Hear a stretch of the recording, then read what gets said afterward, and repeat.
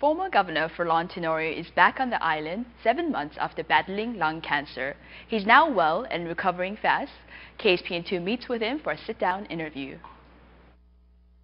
Former Governor Froilan Tenorio has been off-island for the past 7 months in Hawaii and Phoenix, Arizona, enduring treatments for lung cancer. He relates how he feels to be back. I'm very happy to be back. This is my island.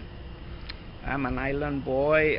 This is my kind of climate. This is I don't know how the people feel about me, but I like to thank them for praying for my health.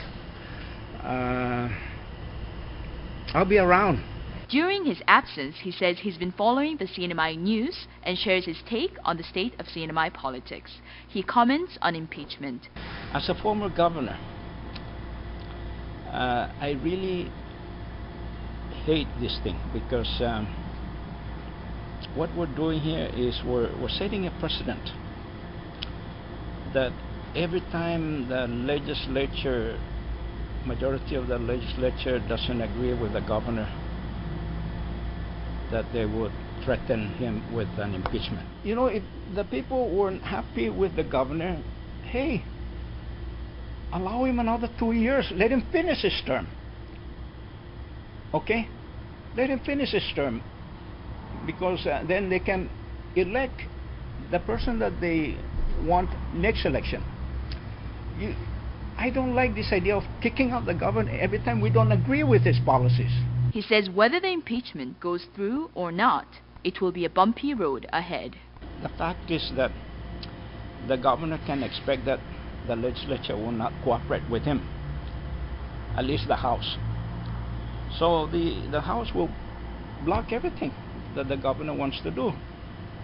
So it's going to be a stalemate government for the next 2 years.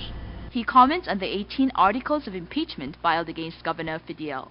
I read the resolution, some of it, and many of those charges, in my opinion, are not legitimate. If this thing goes through, then it's going to have an impact on future governors, you know, because then the next governor is going to be always thinking, well, if I didn't do what the legislature wants me to do, they might threaten me with an impeachment.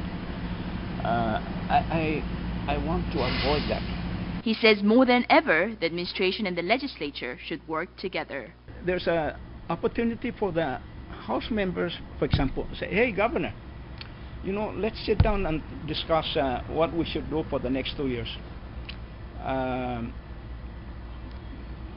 We're elected over your own candidates, so now you have to listen to us also.